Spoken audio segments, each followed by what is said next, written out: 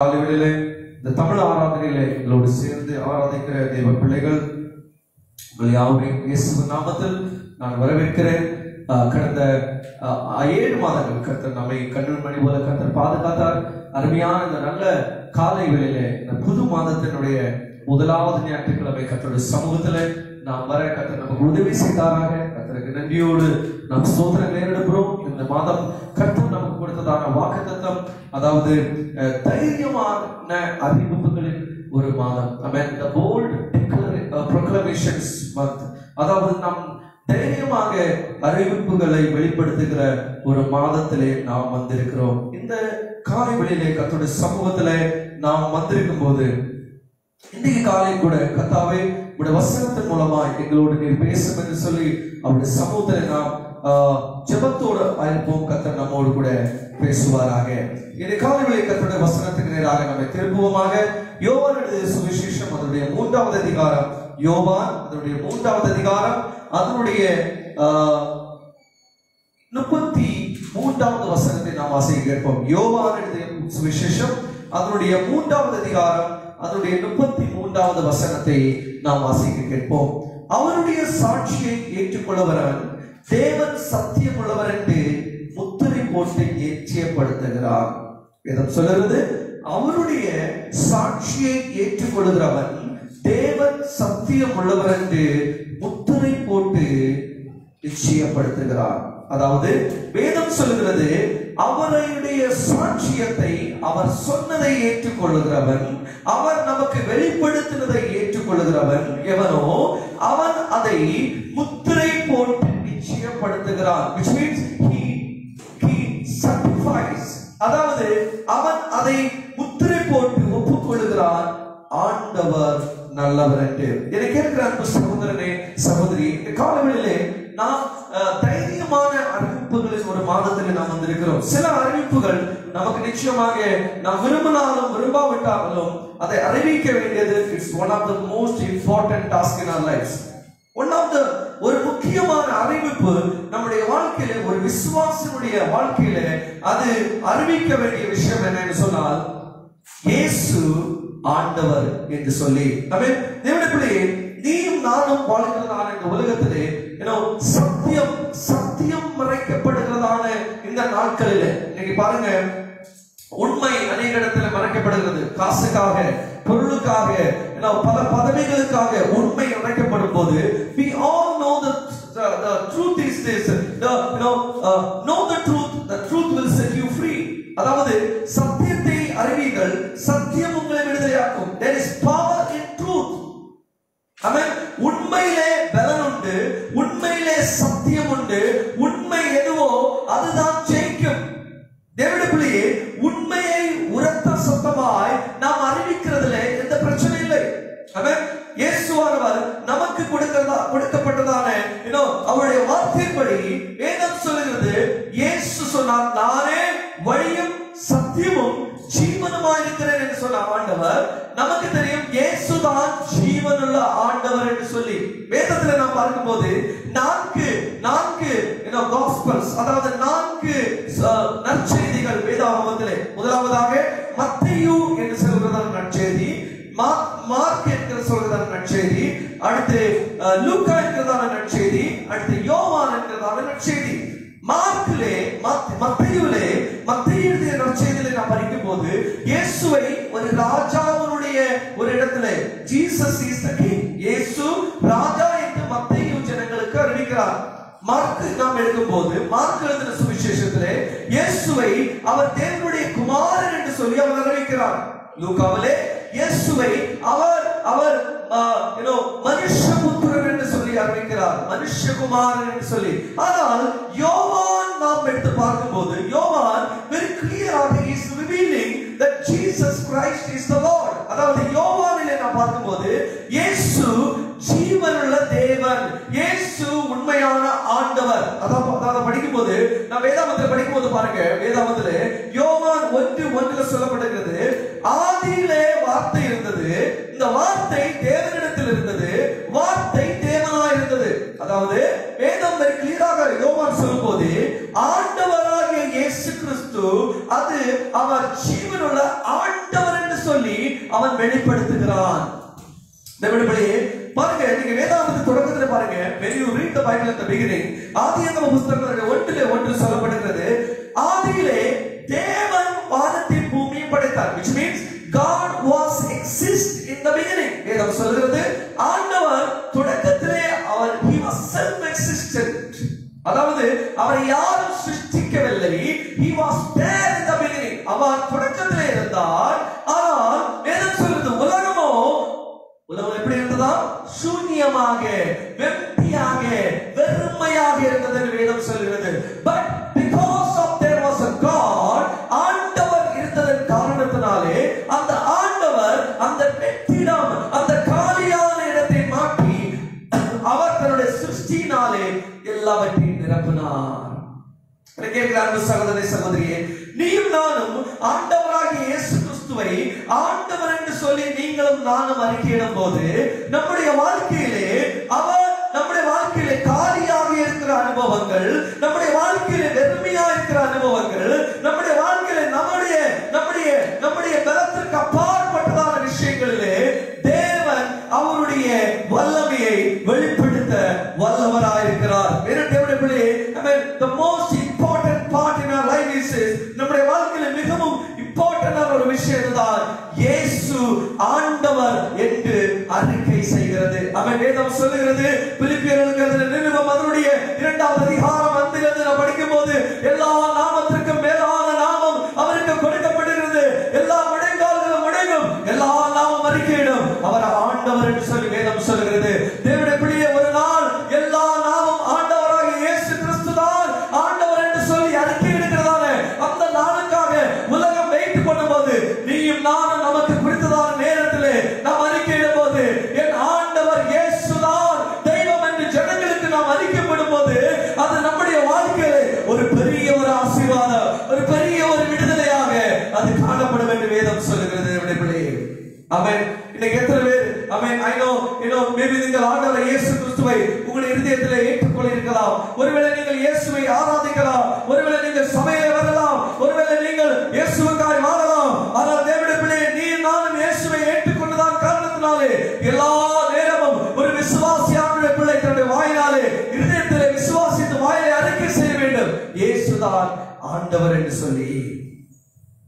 யோவானுக்கு நிருபம் 3வது அதிகாரத்தில் படிக்கும் போது யூதருக்கு உள்ள அதிகாரியான நிக்கோதேமியு எனப்பட்ட ஒரு பரிசேயன் ஒருவன் இருந்தான். அவன் ராக்காலத்திலே இயேசுவிடத்தில் வந்தான் என்று வேதம் சொல்கிறது. He came in the night.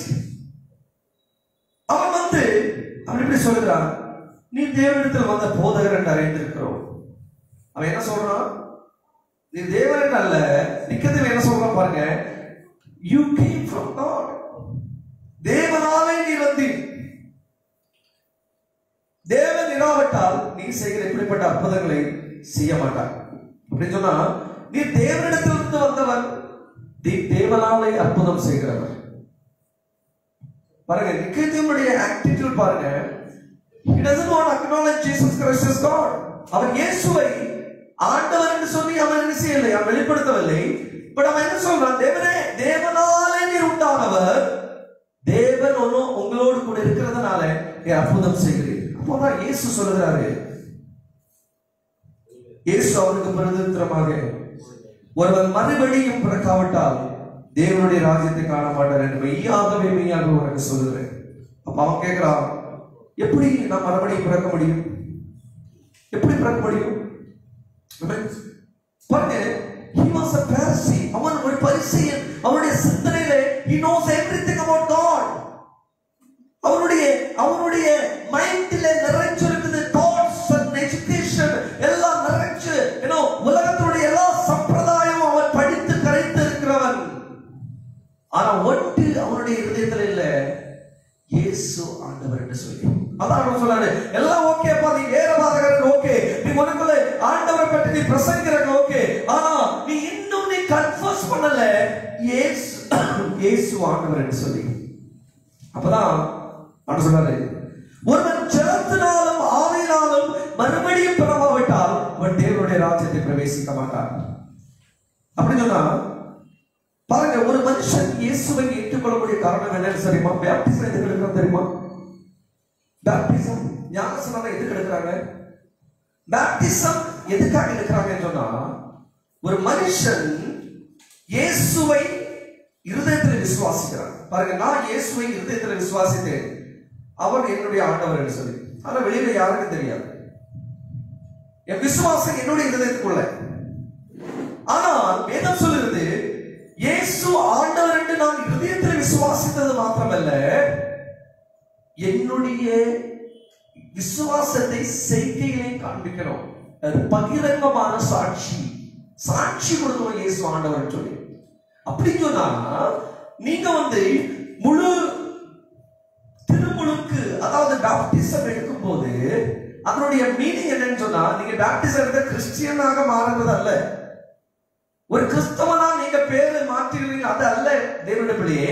நீ பேப்டிசம் எடுக்கும் போது அதனுடைய மீனிங் என்னதான், நீ அது முழுக்கு அந்த தண்ணீரில முழுகும் போது நீ இந்த அறிக்கை எடுக்கிற, நான் இயேசு என்னுடைய ஆண்டவர் என்று சொல்லி நான் பகிரங்கமாக நான் வெளிப்படுத்துகிறேன். நான் சாட்சி, நான் முத்திரை கொடுக்கிறேன் இயேசு ஆண்டவர் என்று சொல்லி. புரியுதா உங்களுக்கு?